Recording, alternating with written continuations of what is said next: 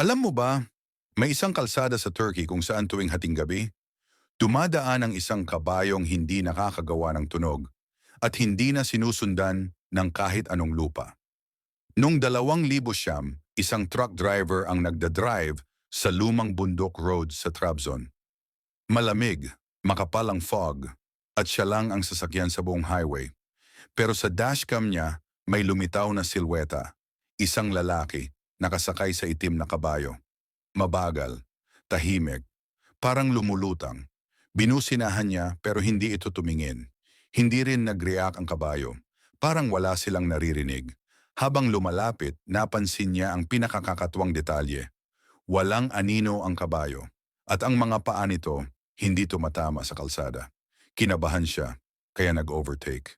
Pero pagdaan niya sa gilid ng rider, biglang kumunot ang hangin at dumaan sa harap ng windshield ang malamig na hangin na parang dumampi ang isang katawan na hindi nakikita.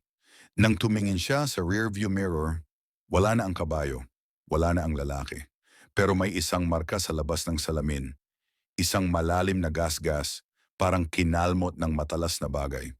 Pagdating niya sa checkpoint, sabi ng guard, "Sir, wala nang daan dyan sa dinaanan mo. Landslide yan for 7 years.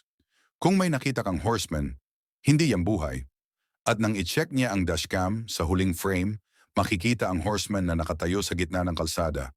Pero ngayon, nakaharap na siya. At ang mukha, nakabalot sa bandage. Wala ni isang butas para huminga.